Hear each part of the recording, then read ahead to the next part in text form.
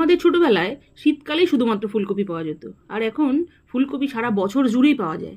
আর এই গরমে এরকম সুন্দর একটা যদি ফুলকপির সাথে দেশি ডিমওয়ালা ট্যাংরা মাছ পাওয়া যায় তাহলে তো কোনো কথা হবে না। তাহলে শুরু করি।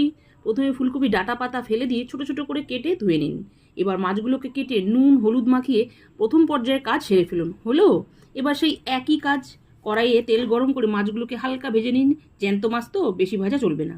এবার সেই কড়াইতে জিরে ফোড়ন দিয়ে কেটে রাখা ফুলকপি দিয়ে একবার নেড়ে চেড়ে লম্বা লম্বা করে কাটা কয়েক টুকরো আলু দিয়ে আবারও নেড়ে চেড়ে সামান্য নুন দিয়ে আদা জিরে ধনে কাঁচা ঝাল টমেটো একসাথে বাটা দিয়ে আবারও নেড়ে চেড়ে হলুদ আর রঙের জন্য সামান্য কাশ্মীরি ঝাল দিয়ে খুব ভালোভাবে কষিয়ে মশলা থেকে তেল ছেড়ে এলে পরিমাণ মতো জল দিয়ে দিন।